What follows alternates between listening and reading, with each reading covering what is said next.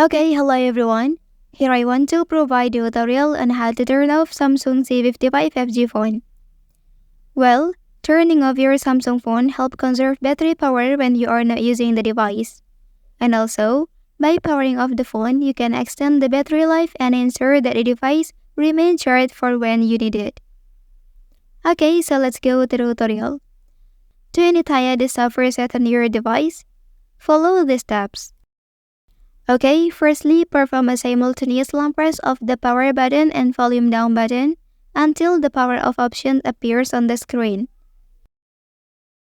Okay, next tap on the power off option to shut down the device gracefully.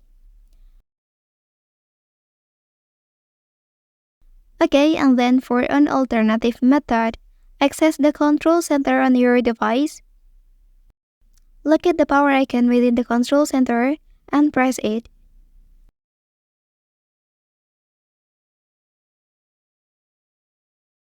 Okay, next you can select the power off option to initiate the device shutdown process.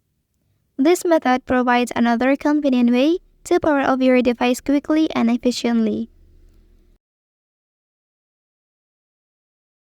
Well, that's the tutorial on how to turn off Samsung C55 5G phone.